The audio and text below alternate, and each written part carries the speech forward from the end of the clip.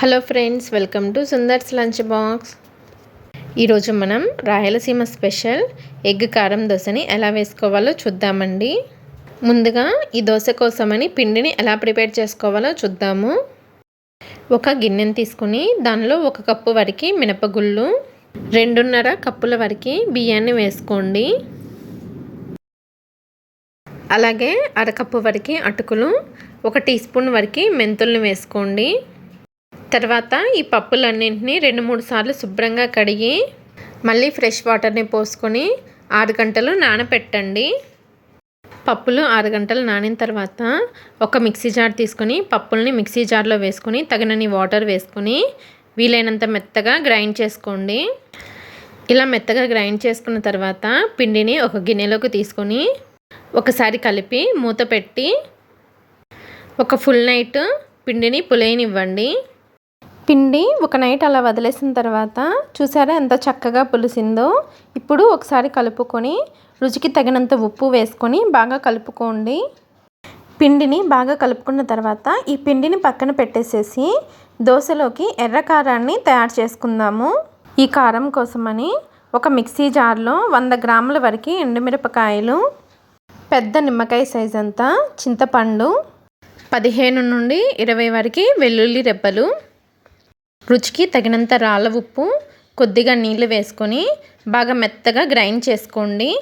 ఎండుమిరపకాయలని ఇలా బాగా మెత్తగా గ్రైండ్ చేసుకున్న తర్వాత ప్యాన్లో 2 టేబుల్ స్పూన్స్ వరకు ఆయిల్ని వేసుకోండి. ఆయిల్ బాగా వేడైన తర్వాత 1/2 టీ స్పూన్ ఆవాలు, 2 రెమ్మల వరకు కరివేపాకు వేసుకొని వేపుకోండి. ఇవి వేగిన తర్వాత మెత్తగా గ్రైండ్ చేసుకున్న ఎర్రకారం పేస్ట్ని వేసుకోండి. ఈ చట్నీని నూనె పైకి తేలే వరకు మీడియం ఫ్లేమ్లో కలుపుతూ వేపుకోవాలి. ఈ పచ్చడిని మధ్య మధ్యలో కలుపుతూ మూత పెట్టి నూనె పైకి తేలే వరకు వేపుకోవాలి. ఈ పచ్చడి ఉడికి నూనె పైకి తేలడానికి 15 నిమిషాలు పడుతుంది. పచ్చడిని ఇలా నూనె పైకి తేలే వరకు వేపుకుంటేనే కనీసం 1 నెల రోజుల పాటు నిల్వ ఉంటుందండి.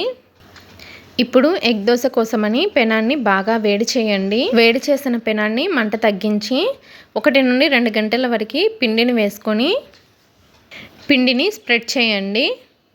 ఇప్పుడు దోశ పైన చుట్టూ ఆయిల్ని వేసుకోండి. దోశ పైన తడి ఆరిన తర్వాత ఇప్పుడు ఒక ఎగ్ని కొట్టి దోశ పైన వేసుకోండి. తర్వాత 1 టేబుల్ స్పూన్ ఎర్రకారాన్ని వేసుకోండి. ఇప్పుడు నెమ్మదిగా ఎగ్ని ఎర్రకారాన్ని దోశ మొత్తం స్ప్రెడ్ చేయండి. దోశ పైన ఎగ్ని ఎర్రకారాన్ని స్ప్రెడ్ చేసేటప్పుడు మంట మీడియంగానే ఉండాలండి. చూసారు కదా, ఎగ్ని ఎర్రకారాన్ని ఇలా స్ప్రెడ్ చేసుకున్న తర్వాత దోశని 1 నిమిషం కాలనివ్వండి.